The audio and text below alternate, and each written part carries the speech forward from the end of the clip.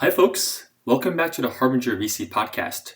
Today, we have a special episode with Hong Lu, who's the founder of UT Starcom, one of the pioneering telecom companies in China. Hong is widely respected not only as a tech entrepreneur, but also as founding chairman at SoftBank China Venture Capital, which wrote an initial $18 million check for Alibaba, and also for his close friendship and successful collaboration with Masayoshi Son, who's the founder of SoftBank Group and the Vision Fund. The story goes, while working at an ice cream shop near UC Berkeley, Hong met Masa Son, who refused to pay for a milkshake unless it was made extra thick.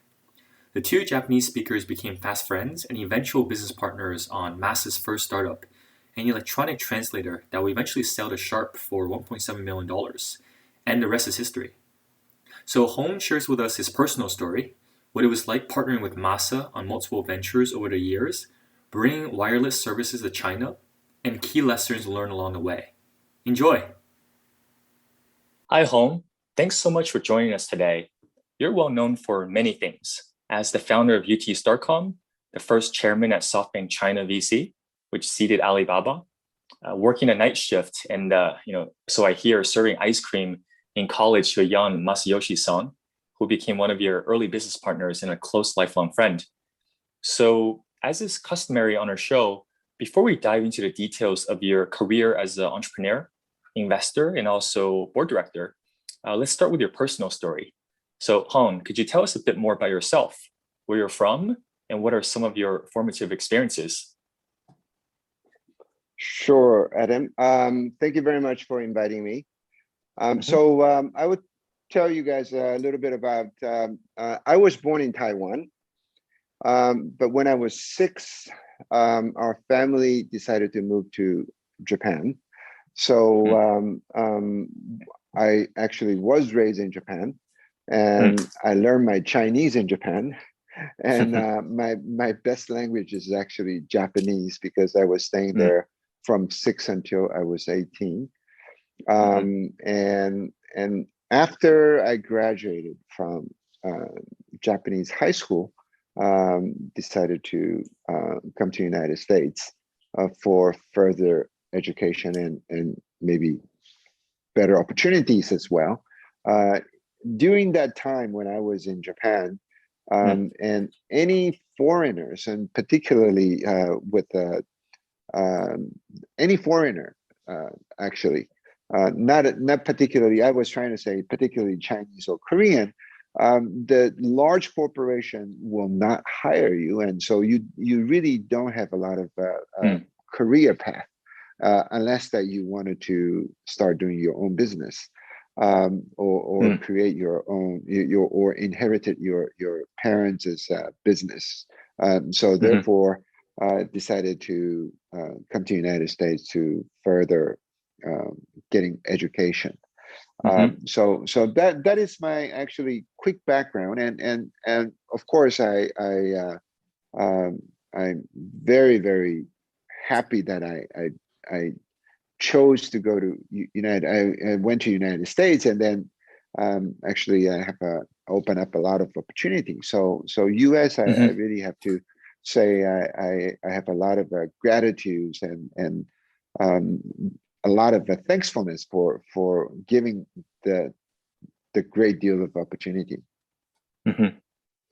Yeah, and as we have this call right now, you're currently in Bay Area, so you spent a lot of time in China and around the world over the course of your career, but it seems that you're kind of back where you got the education.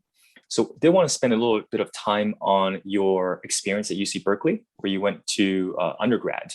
I believe you studied civil engineering. And I think, a very famous story about your time there was that you used to work I think it was a night shift at an ice cream shop. So I'd love to hear a bit more about your experiences there and some of the stories that came out of those years. Sure.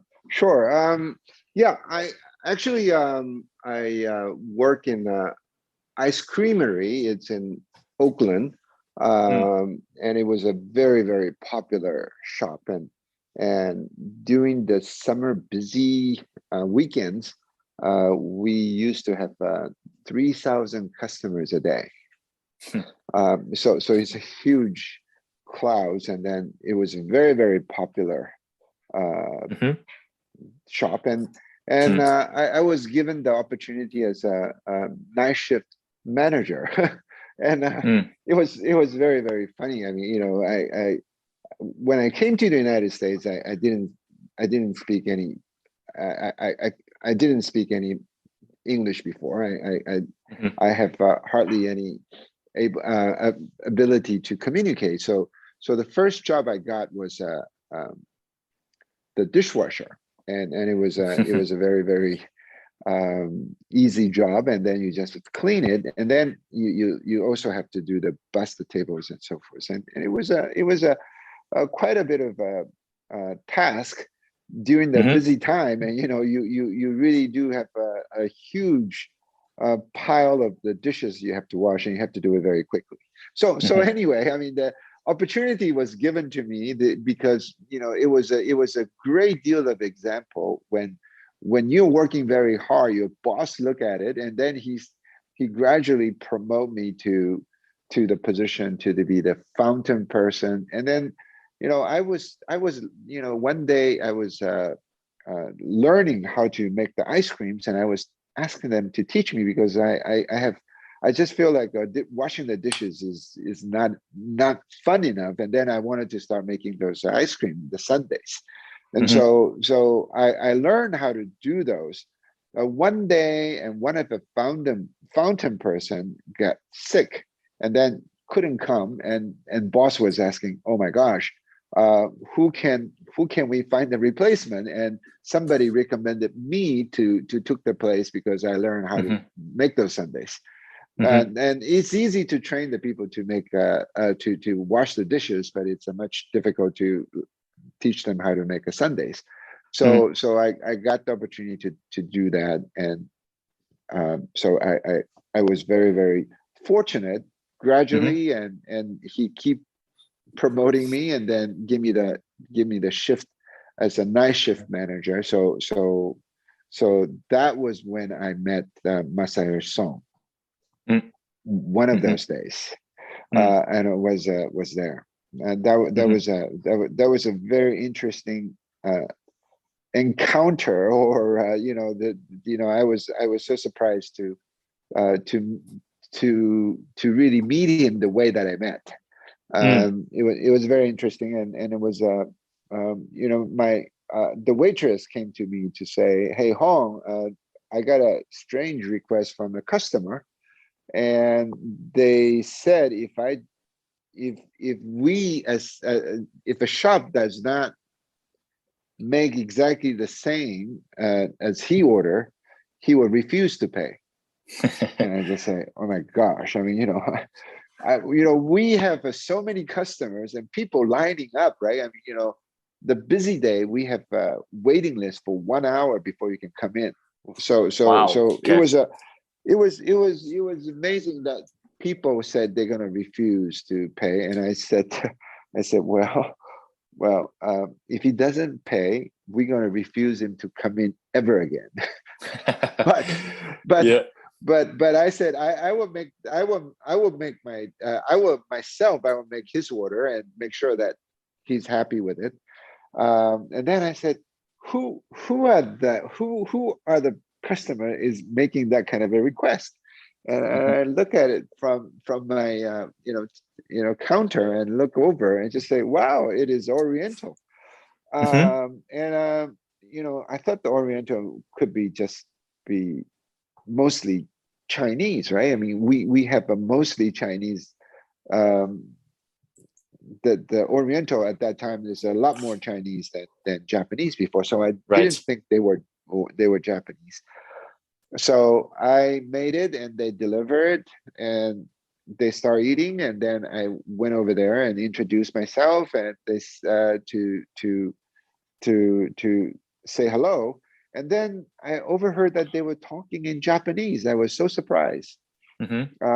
So then I introduced myself, and along the line, I was speaking Japanese with them, and they were very surprised too. Right. Yeah. So I said, okay, is this order is good enough, or are you going to pay? And he said, yes, we're going to pay. Yeah. And I just asked him, why did you say that you're not going to pay? Oh, Mm-hmm. he said, the first time they got a very good milkshake. It was a perfect milkshake. The second time there was a very watery, and they thought if they're going to spend the same amount of money, they don't want it to have a really watery milkshake, and they want to have a really thick milkshake. Mm-hmm. And I said, okay, okay. Well, it started making a sense that he's complaining. He didn't complain when he had a watery milkshake at that time, but then he just wanted to make sure that we give him the right one. So after all, he wasn't that bad, or it was not a unreasonable request. I mean, if I actually was a customer, if they give me something was bad, I would probably complain right away to make sure they change it instead of Right. pay the money and then come back and request it again.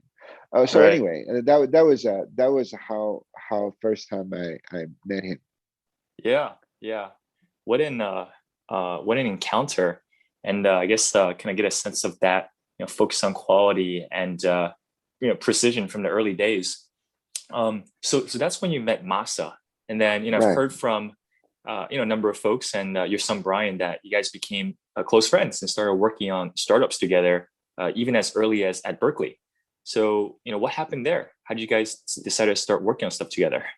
So I told him, well, we introduced each other, and we knew that we are both going to UC Berkeley, and then we ran into each other sometime in campus, and we started exchange some comments, and it was very funny, right? I mean, the entire undergrad at that time, he and I were only Japanese speaker in the undergrad out of that many students. I mean, there's no other Japanese students, but both of us were not Japanese in descent. I mean, I'm Chinese, he was Korean, but both our common languages was Japanese. Right. So we were just making a comment that we just don't run into each other with other Japanese students, except him and I. We're the Japanese speaker. So I told him that I'm about ready to graduate, and I was telling him that I'm graduating, and at that time nothing happens, right? I mean, he just say, okay, great. I mean, he was a couple of years behind me in the school, so he was still the student, and I was graduating, and that was 1978 when I was graduating. And one day so at the restaurant where we met, he was with his wife at that time. So his wife and him came together, and so they were actually together and were talking, and his wife says, "Hey, Hong is graduating. Why don't you ask Hong to help you for your business?" And he was trying to create the company and looking for somebody to help him because he was still the student. And so he was trying to persuade me to come to work for him for I believe at least 3 months that he has been keep persuading me, and I just wasn't have any appetite to work for somebody who was a student and younger. I didn't at that time. He didn't tell me he was younger than me. He said we are the same age. He didn't say that he was younger than me. Yeah. So I thought that he was same age and he was still a couple of years behind. But then later on, that I found out that he actually was 3 years younger than me. So finally, I was convinced because they were very, very, persistent, and he was asking his father to came to the United States and trying to persuade me, his father persuading me too. So he also What? Wow. persuading. Okay. Yeah, he also trying to persuading my girlfriends, their family. That my mother-in-law and my father-in-law. He was trying to persuade them to make sure that I should come to work for him instead. Mm, So it is the most persistent guy I know, because I keep telling him I'm not really interested, because I said I'm working very hard to graduate it, and I'm ready to start making real money instead of right.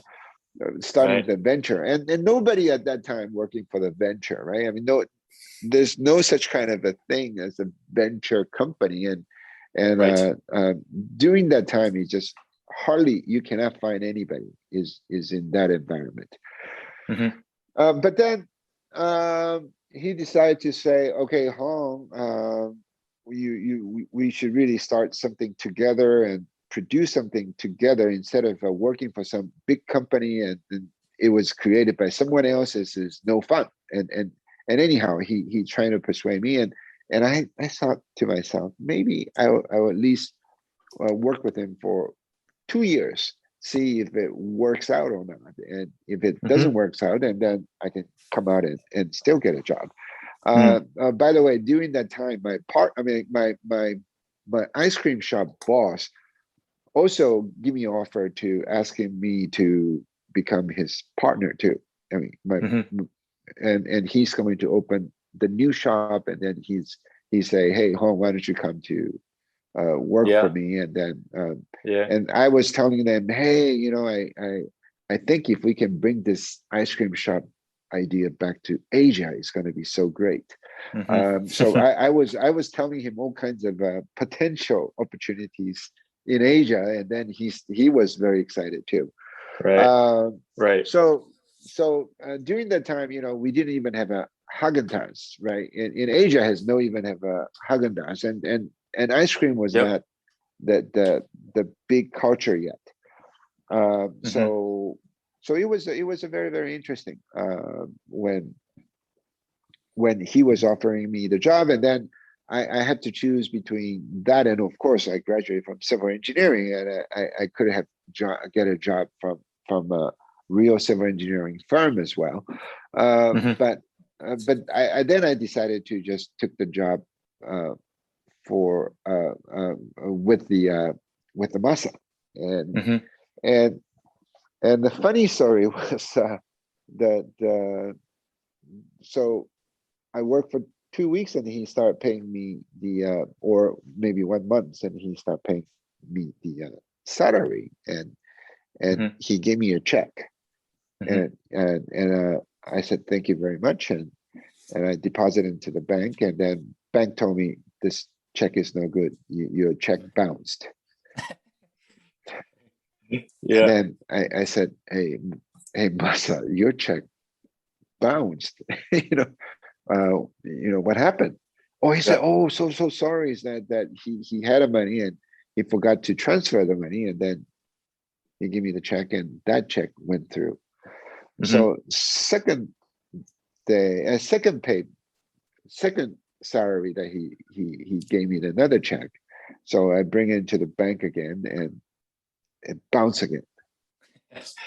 Yeah. And Funny. I said, well,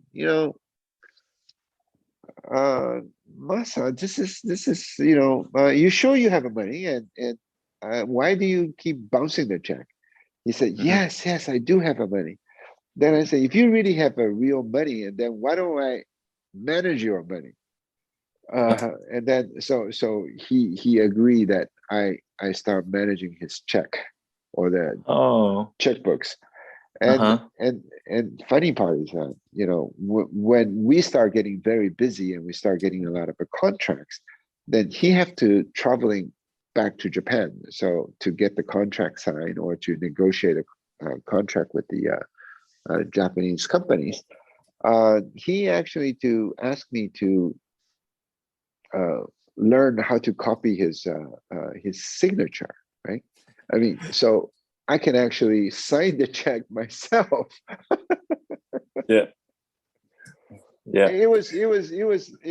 And I actually, we create the company, and I have to register the company, and I have to go through the legal, and then work with a lot of lawyers and et cetera. And so it was a very interesting process to create those kind of to establish yourself with a company. And I have to say, I really appreciate that he gave me the opportunity to go through all of that with the pay. I mean, in fact, if you have to learn that, you have to start paying yourself to learn those. But then he paid me to learn all of those experience. So that was very, very interesting. Yeah. Well, that's a fascinating story, and details of which I've never heard before, and I feel like a lot of folks don't know these early days with you and Masa. Kind of getting back to the initial effort. So when you were working with Masa in that first company, what was the product? Was this the electronic translator that was eventually sold to Sharp, or was it something else that you guys were working on? Yeah, he persuaded me to come to work for him is because he told me that he got a contract with Sharp, and he showed me the prototype, and so that is the product. So that was a particular project that we have been working along with it. So yes, it is the translator is actually a talking translator. So I have a synthesizer built in. So if you type in, they will speak out for you. I mean, and it was a very interesting thoughts, and that was absolutely was the probably the very advanced technique, or the technical barriers for a lot of people to go through, and we actually managed to introduce it to the market, and Sharp sold that for many years. Yeah, they have actually sold that for many years. Yeah. I mean, that's just incredible what you're able to accomplish. I mean, I'm just thinking here are recent college grad and existing undergrad in Masa, and then you kind of build this new product. Right? Like I've heard people describe that, or Masa describe it on TV, before. It's like, I want to find an efficient way to make some money. So you need to invent something. So I invented it. But it sounds like magic. It's like poof, right? Like I want to will something out, and then this product came out. But like, for you guys to work on this, like first of all, like clearly a lot of hard work. But I'm just curious, like what did it take to come out with this product?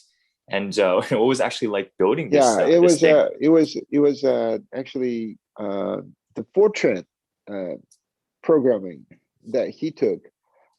He also was just engaged or marrying or about ready to get married with his girlfriend, and he promised to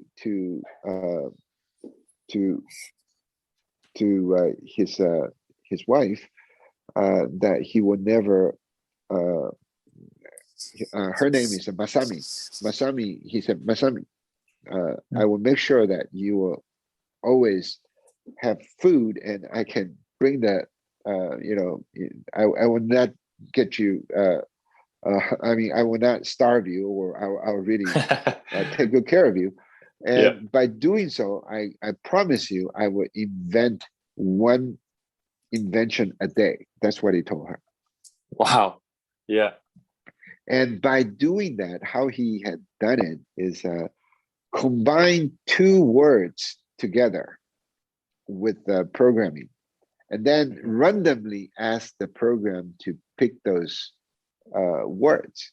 And he then ran into something says talking and translator, and he just say, wow, this got to be and he actually have a few invention during that time, and so he had made few invention, and some of the invention he sold, but this is the one that he kept it and persuade Sharp to contract him and give us a project. And so So when I Mhm. took over, when I start working for him, and then I gradually to start managing this project and for him because he was still in the college.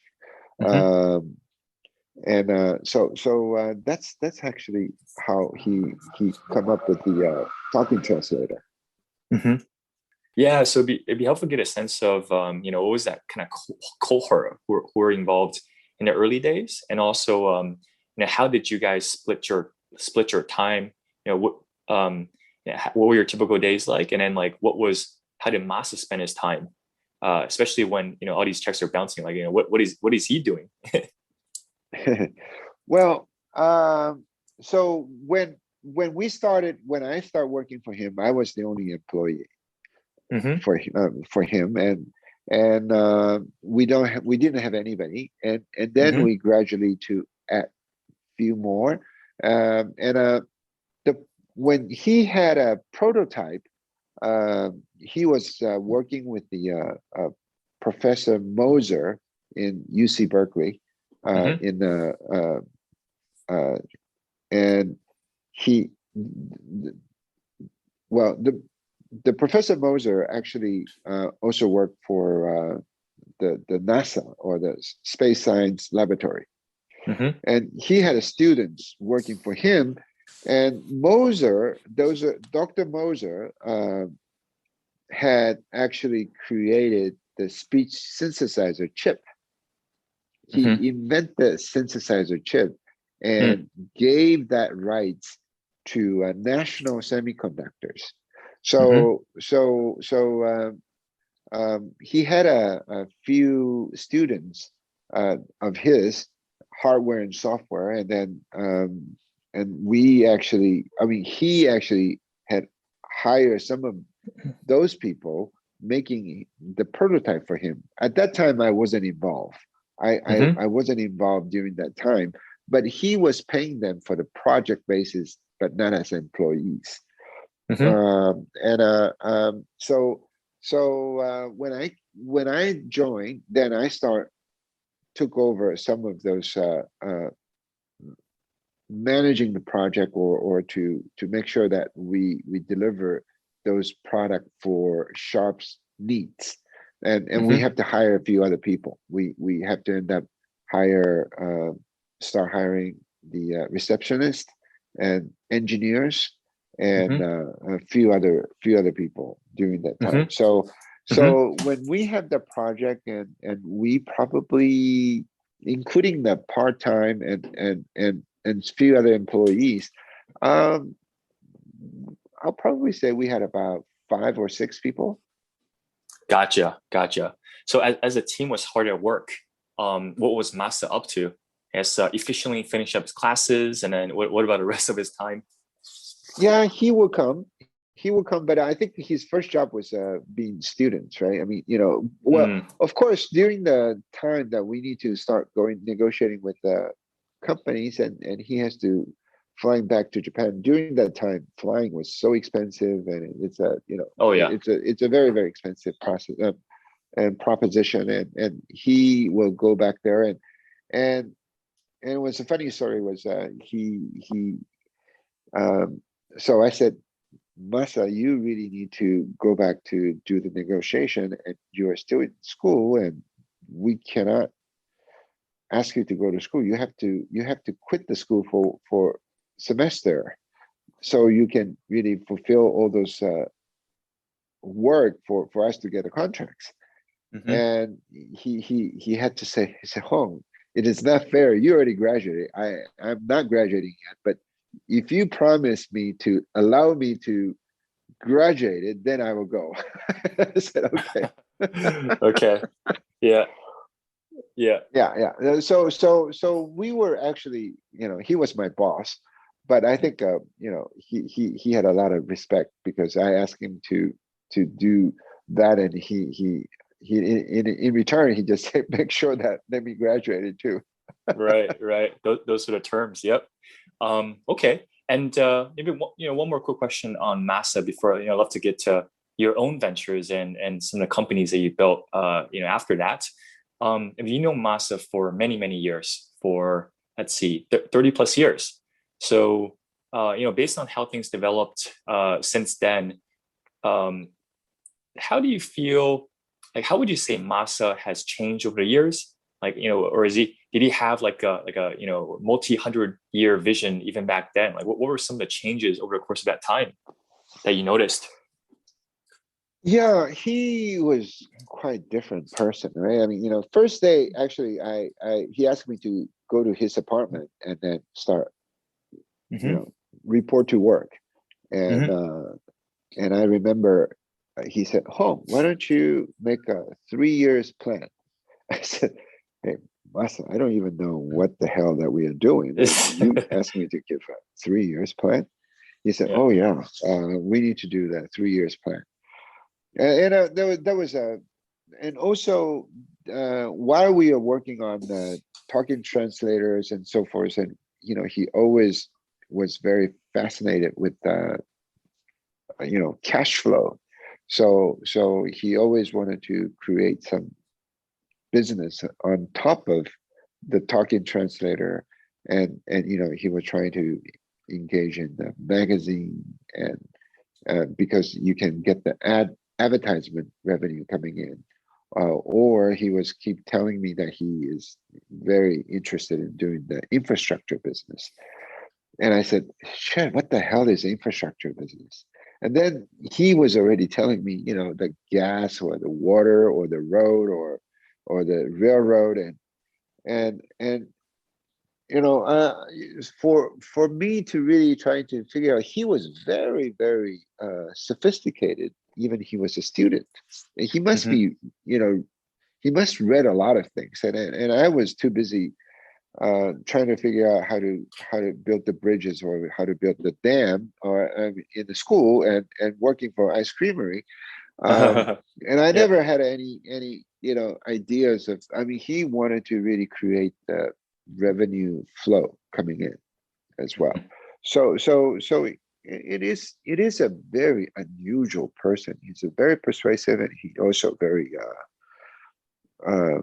he already knew when he was probably, when I knew him, he was probably about 20 years old, and he's already in student. He just say, "Hey, we need to create the business with the cash flow coming in." Yeah. That was amazing. Yeah. It's a very rare case. Few people like that. And you guys started working together at a young age. So, shifting the focus more to you, Hong. So you've built a number of companies over the course of your career. I think UT Starcom is one of the most kind of prominent companies that you developed. So love to learn a bit more about that. Sure. Actually, when I was working for him, and then during the time that he went back to Japan because his father was getting ill, and he has to start helping his father's business. So he returned to Japan, and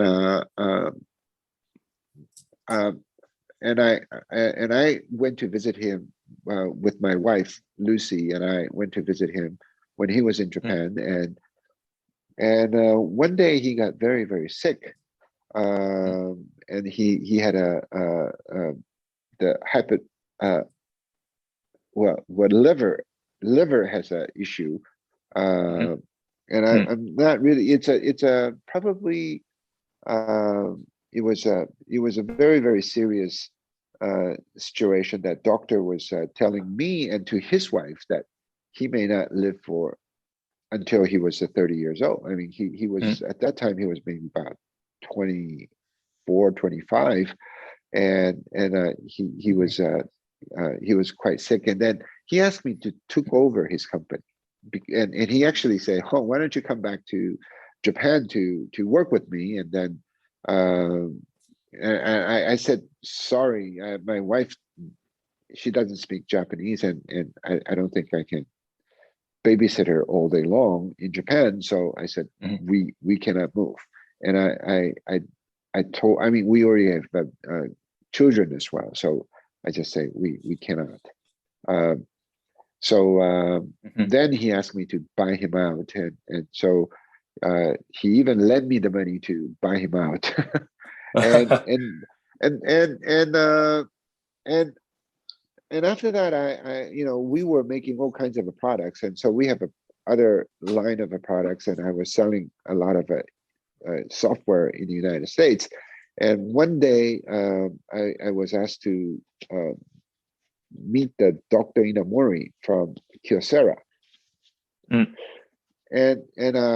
So that is a company I took over, and when I became a CEO of the company, and the one of the gentlemen who I knew from Epson asked me to meet Kyocera's founder, and I know of him, and I read a lot of article about him. I said, wow, this is great. I love to meet him. And he said, one condition is that you have to agree to become the advisor to the one of his subsidiary. And so I said, sure, I will become his advisor. And they were trying to sell the laser printer. So and they wanted to establish the new distribution channel, and they wanted to just create from a zero to start selling the laser printer in the United States. So I said, oh sure, I learned how to sell the software, so I will probably have a little idea how the product would be, how to distribute those in the United States.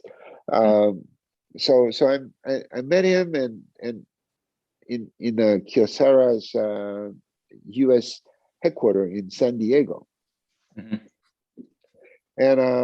and so he asked me to start writing the resume, and I said, gee, I'm the advisor. Why do you need my resume or the business plan? He asked me to give him a resume and the business plan. And I said, gee, it's not even my business. Why I need to write this? Right. But then, they said, well, you really, please write it. So I have to write the business plan and my resume. And then I met Dr. Inamori, and he started reading it and saying, "Who did you write this?" And I said, "Yes, I wrote it just a few minutes ago." Right. And then he said, "Okay, then instead of you become a advisor, why don't you run this business instead of become?" I said, "No, I can. I mean, I have my own business. I cannot really run your business because I have my own." And he just said, "Why don't I invest in you? I'll become the large shareholder, and then you can do your current business and then run this laser printer business."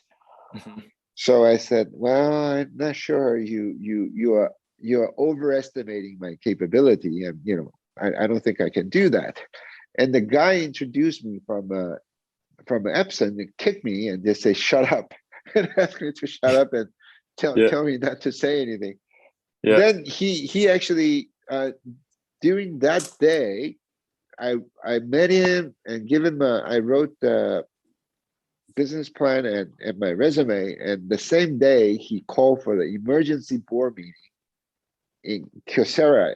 All the board of directors were in San Diego at that time.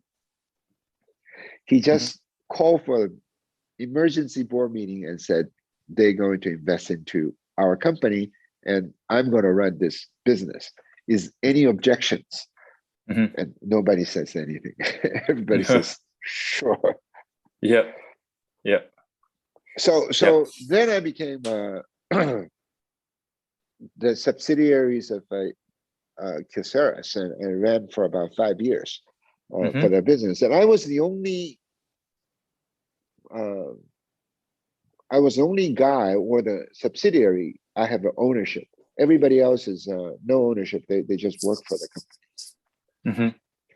And it was a great deal of experience, because when we start the business with Masa and I, and we never had any training. We were just doing it. We were actually a lot of things we learned from while we were working, right? So instead of really getting a real practical training for it, so working for Kyocera, they start teaching me how to do those planning and how to do those meetings, and so it was a great experience that I acquired from that period of time. So that was after I took over his company, and I ran for about 5 years in Kyocera's laser printer division. And just to clarify a bit, so you mentioned that before you started running the U.S. division for Kyocera, were you still working for Masa up until Kyocera? Okay, and was that SoftBank already, or was it a previous company? Well, yeah. So SoftBank actually was initial investment was coming from his U.S. side of a company. So that was our. So his company, of course, he owns that. He owns 80%. He gave me 20% share in the company. And so actually, I told him, "Don't give me a share, give me the raise." Okay. Yeah. And I have absolutely no idea. He said, "Home, keep the share. No raise, but keep the share." Yeah. Turned out to be a good decision. I was running for him for the U.S. side, and also we were actually that was I was running the division for him while he was in Japan, and the SoftBank was a brainstorming in between U.S. side and him, and we actually suggested this is maybe the name of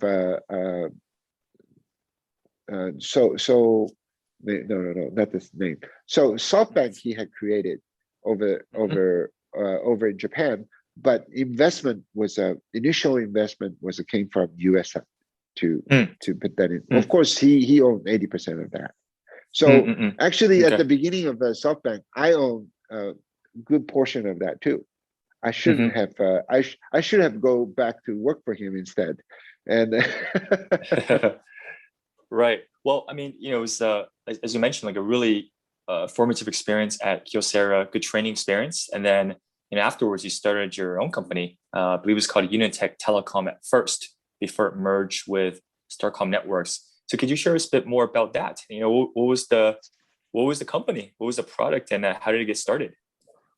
Yeah, so after I sold my share of Kyocera share, and so I decided to look for some opportunity, and I said, hey, I've never been to China, and I wanted to really go and take a look in China and see if there's any opportunity for us to grow.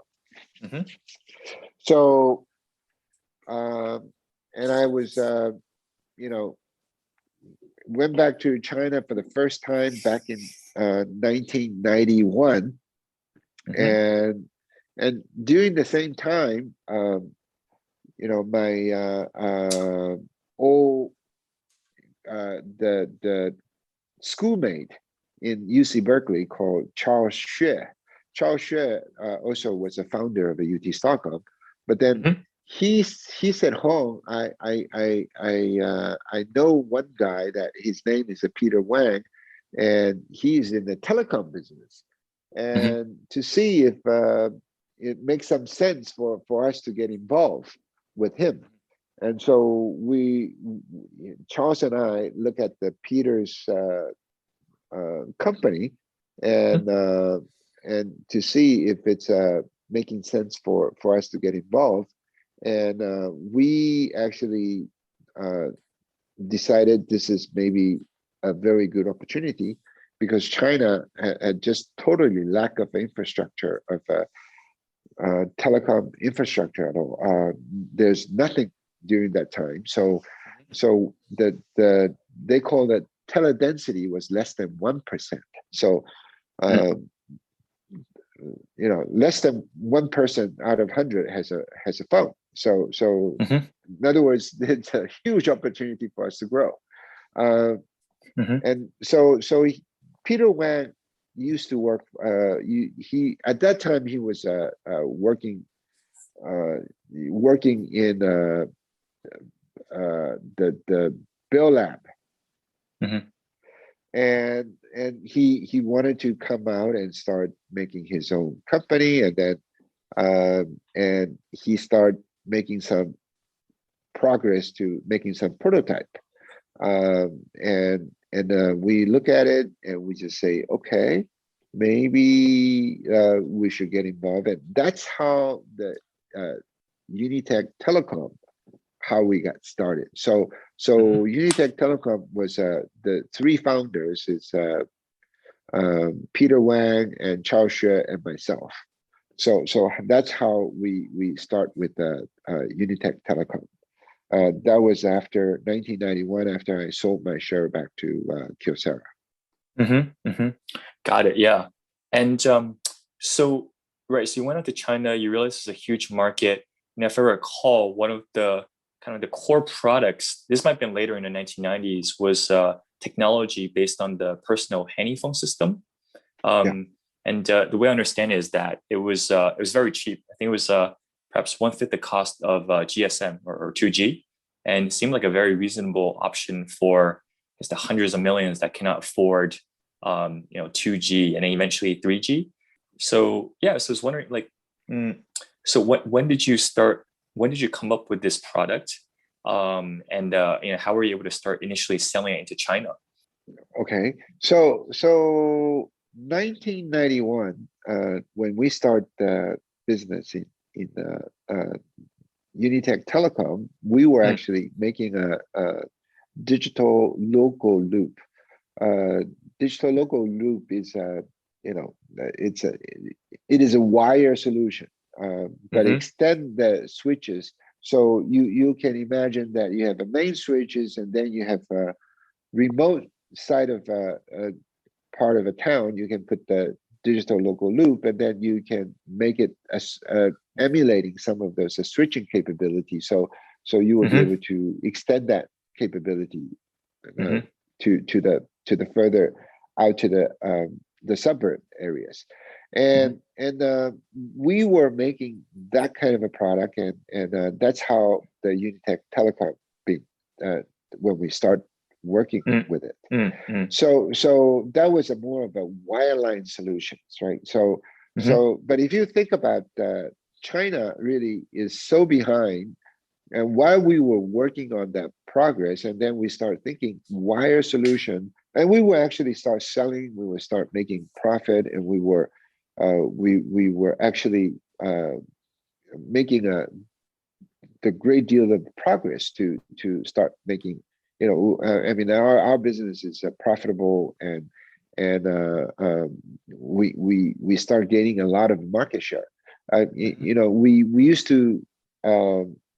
I think one time we were have a largest market share in the digital local loop in China, mm-hmm, and Bill Lab, of course, is a large company, and they were dominated before, and we actually replaced a lot of their business in China.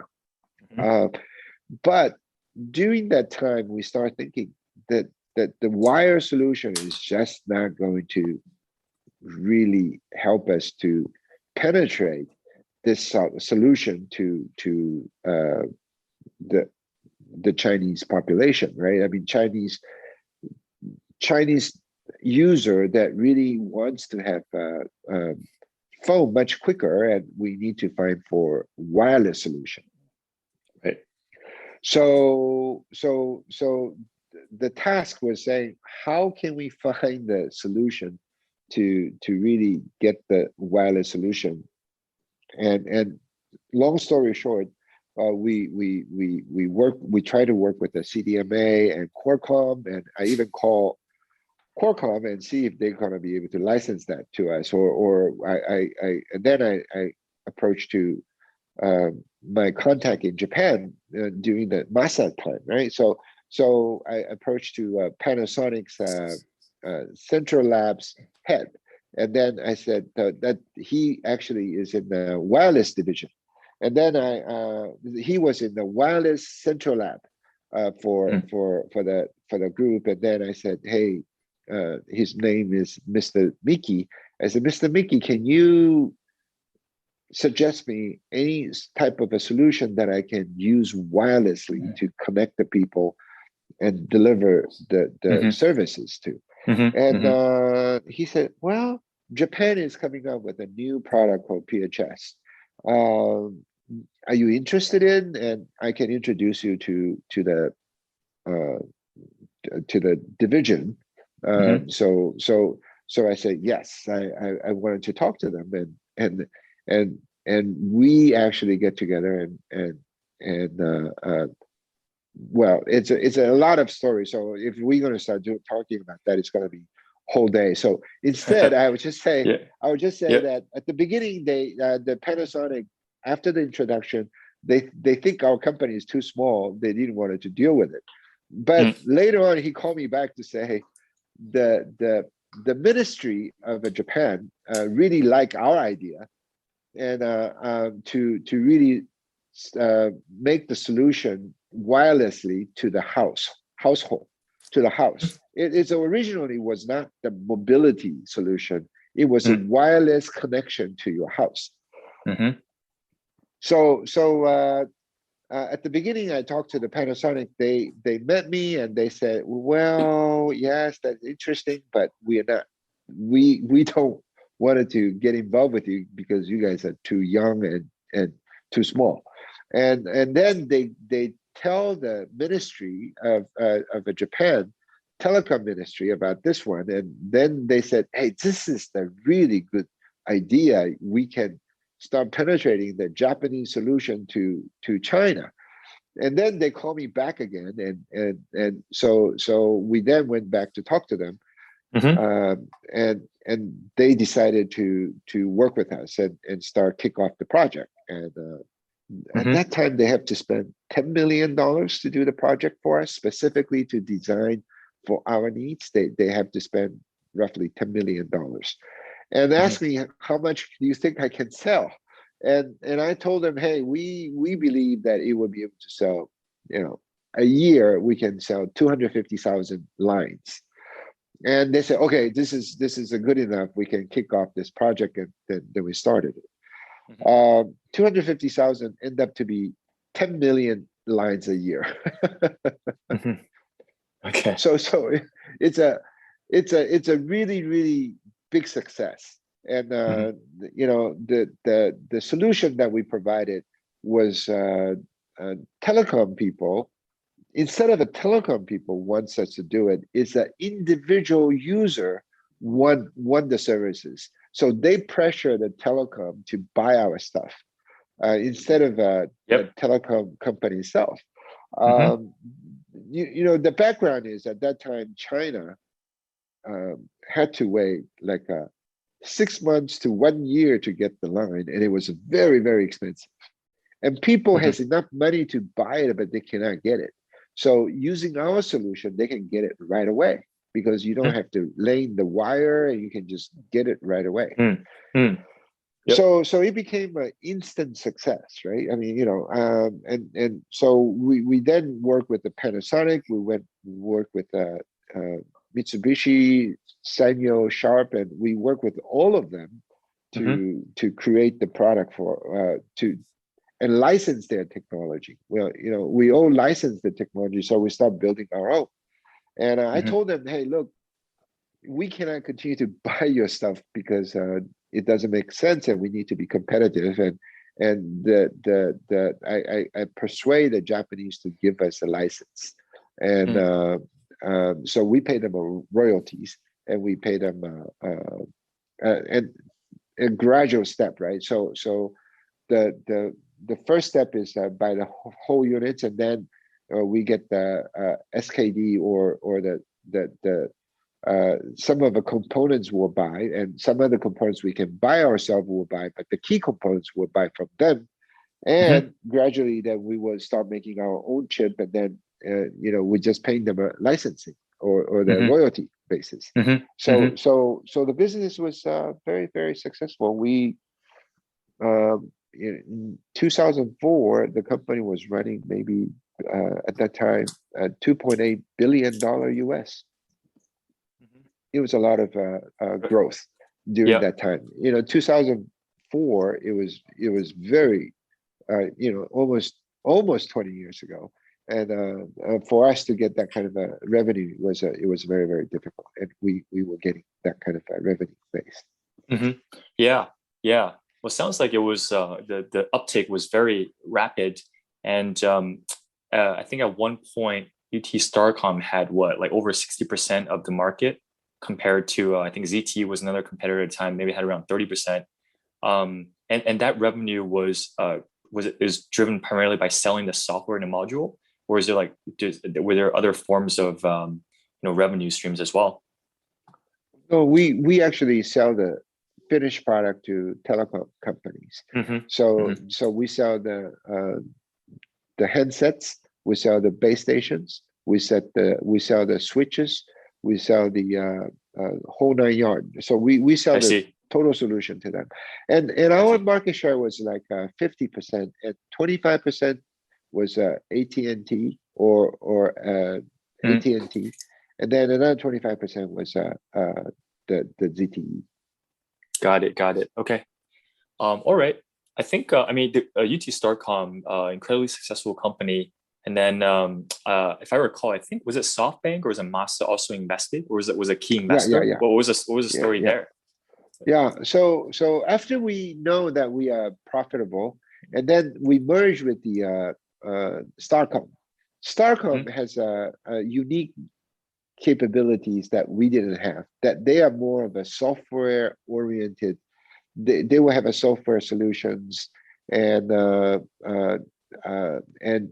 they were already profitable too, and we were profitable. So combined with them and us, and also they have a much better relationship. Starcom has a much better relationship in customer bases in China than we did. Ours is only, we were in Zhejiang province or Guangdong province, and Zhejiang province we were pretty well known, but we were not very well known in other territories, and so we actually merged with them. There's Yingwu and Changxi Xue was another two founders over there, that they had a very good contact in China, and then we combined with their revenue and our revenue and profit, and then we combined with the company. We brought it to Masa. We said, hey, we are going to start we're going to kick it off in China. We're going to become very successful, so please invest.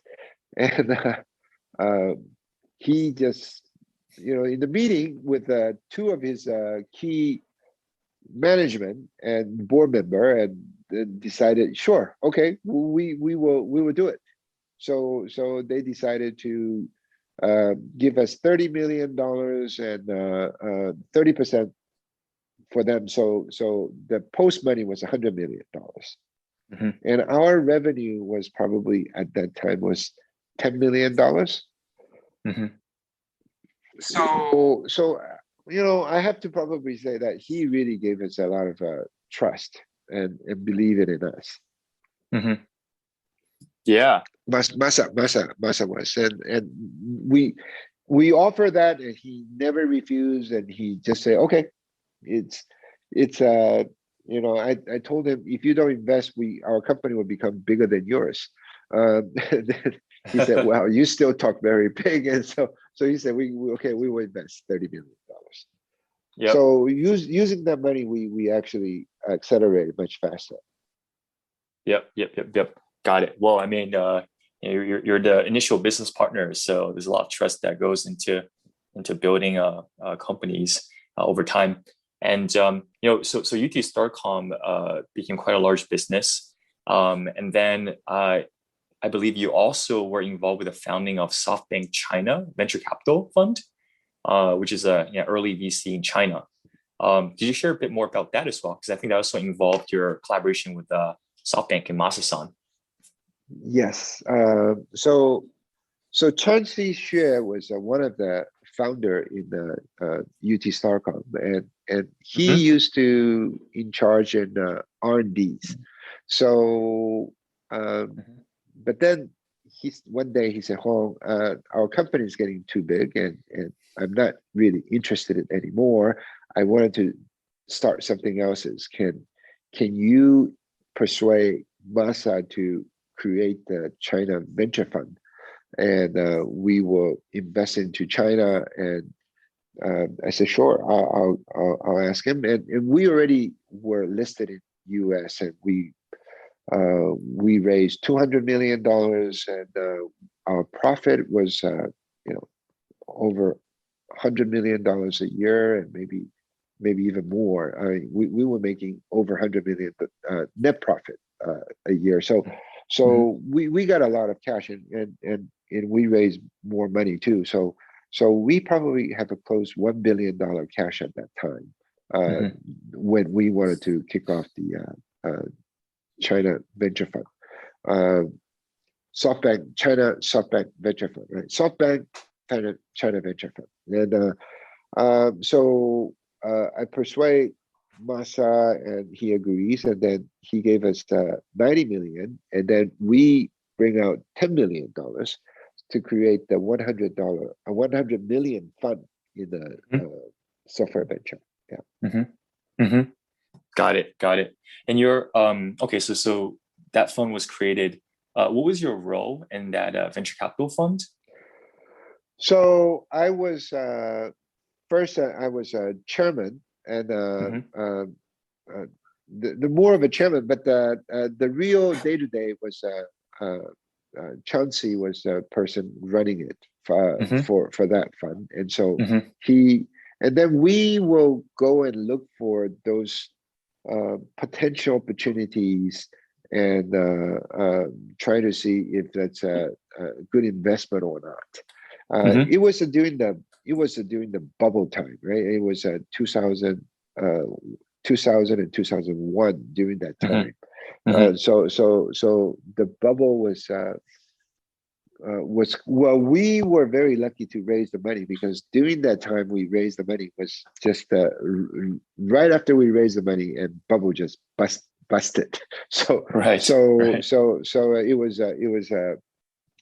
so we got enough money, and so Alibaba, or the Jack Ma, was one of the investment that we made, and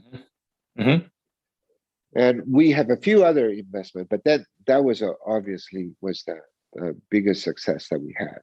The investment, and then we were listening to Jack Ma's presentation. So all of us, Masa was there too, and I was there, and Chauncey was there, and Ying Wu was there, and I believe Bill Huang was there, and there's a few of us were there, and none of us understood his business, and we didn't really think that was so excited, or we asked him, are you profitable, and we were under the very old-fashioned, if you're not profitable, you're just not going to be able to raise the money, or we would just wanted to make sure that we prove that our business is profitable before you can raise the money. And so we did not see any sight of his profitabilities. And but Masa was so excited about his business, and he said we should invest. And he said we should invest, and then he strongly suggests that we should invest $18 million.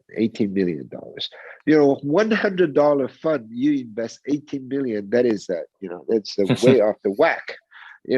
We just say, hey, you don't invest more than 10% of your fund in one company, and how can you invest 18 million? Right. He said, he just say, I can smell the money. We just say, all right, you have a 90%, Yeah. We will agree with you. So we just go ahead and decided to invest in it at the at the beginning. They keep running out of money, and Yep. Chelsea will have to go there and ask them to step on the brakes and not spending so much money. Right. Got it. That's also a fascinating story I haven't heard before in detail. Well, it sounds like Masa never did anything small. He sees an opportunity and just goes for it.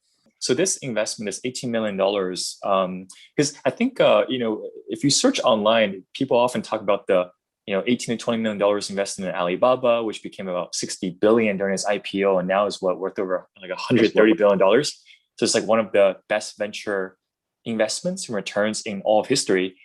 So back in the day, it was SoftBank China VC that invested that money. How was SoftBank Group itself involved? Like, how was that investment made between the various SoftBank entities? Just which entity made the investment? It's a China VC, China Venture had made a initial investment. Yeah. Got it. Incredible. That's a huge return. Okay, cool. Yeah, so we've been talking for a while, and we covered your initial formative experiences, and also UT Starcom and SoftBank China.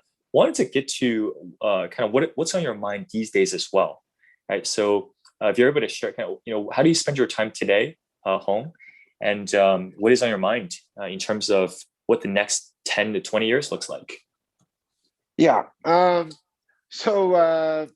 Now I really think the opportunity is really becoming they're shifting a lot of those technology or the investment. The creation was used to done in US, and then gradually that copied by China, and then China will become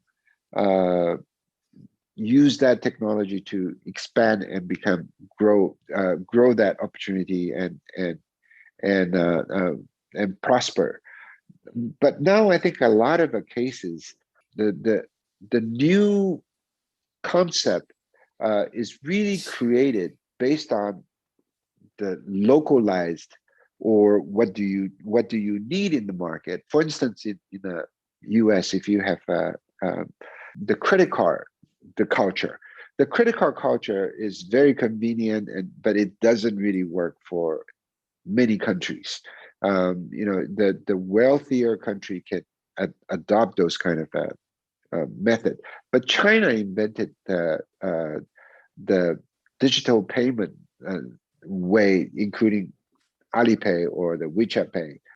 New wave of needs was created by necessity or the needs, and those kind of a thing is really gradually to really expand for rest of the world, right? So including some of the Grabs or the Southeast Asia markets as well, and their needs are quite different from Uber or the some other services.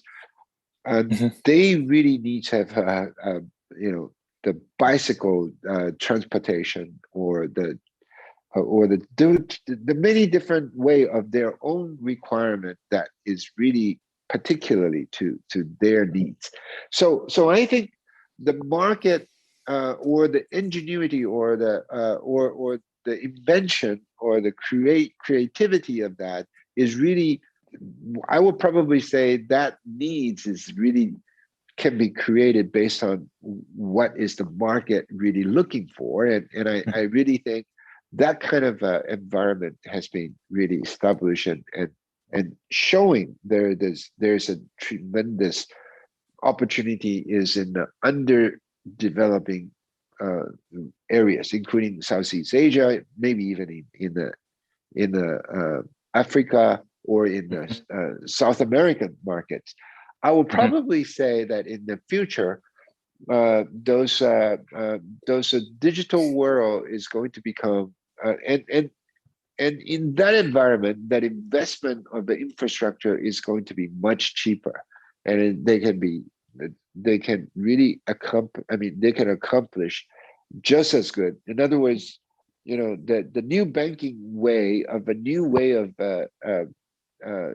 doing your banking, or the bank accounts could be created way differently. So today's bank, I think, gradually that will have to start thinking, how can they really provide the right services to the end users, and because otherwise people is going to get sick and tired of their services, and if they cannot continue to receive that kind of a fees from the customers anymore. So I would say that that innovation is really being created by what is required by the market. It will be really much more dynamic, and it's nothing like it has to be coming from US and then can be created, or to bring it back. So used to, we call it time machine management, or the time machine way of doing business. You see somewhere is doing successful and you copy that and bring it back. I think it's going to be shifting to the instantaneous requirement, using what is available for the technology, and that technology is going to really becoming to find the right solution for them.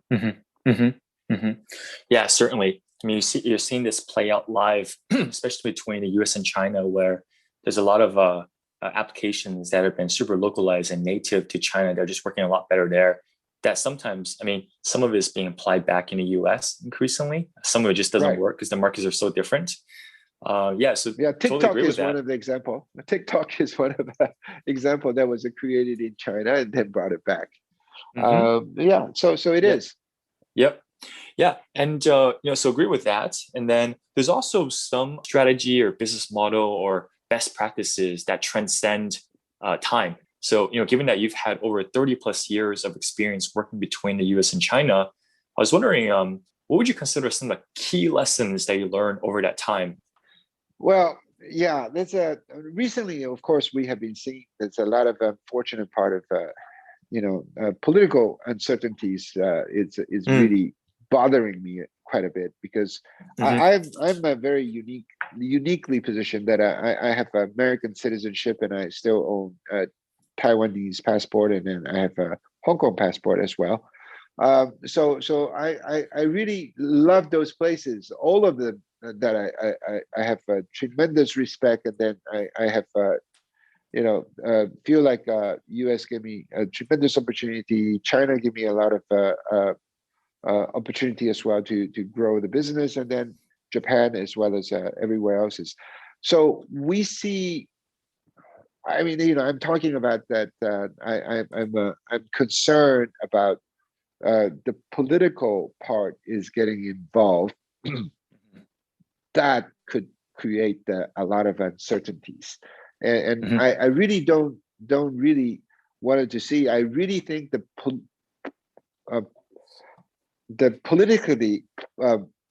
politics shouldn't get involved in the real business. Then they should really let the market to expand. And I really wish that US side and China side and everyone else is to just let what the user or the business to behave, instead of instead of a government to intervene. So this is something I really worry, and I really wanted to see that it's somehow we can avoid it. That I don't think we can have find a way to do it. But on the other hand, my learning from the 30 years of the experience, I really think that I have been seeing a lot of I've been helped by a lot of people and been trusted by a lot of people, and I give the certain trust back to the people, and I invested. But then in the environment, and I learned is when you invest in the people, you need to really invest into the most important part of an investment that you really need to do is to double check if the person has any integrities there. And that is a key decision to make. If you doesn't have any integrities, even if you have a very smart guy or a very hardworking guy or have a creative guy, and none of those are important. Yes. So So I'm learning from 30 years, and I started thinking, really in every parts of the world, we still run into that kind of a situation. So if any people wants to get involved in the business, don't just look at the opportunity. Test it if this person is has a trustworthy or has a right integrities or not. And second, if you have that position, then to see if he's energetic enough, or he's creative enough, or he's that then decided that this is something that you wanted to be investing in or not. And that's how I learned for 30, or actually I have close to 40 years of experience now. Yeah, I hear you loud and clear there. That does seem to be extremely important. I mean, perhaps that's one of the secret sauce that you and Masa and team had over the years in terms of how you build your business and your team. And certainly Masa saw something in you and Jack Munn, some of the other folks that he's worked with over the years. That could be one of the so-called secret sauce that we should all keep in mind. Right. So, Hong, thanks so much for your time. We've been speaking for over an hour now. I really appreciate you sharing your story and the insights. Yeah. Yeah, my pleasure.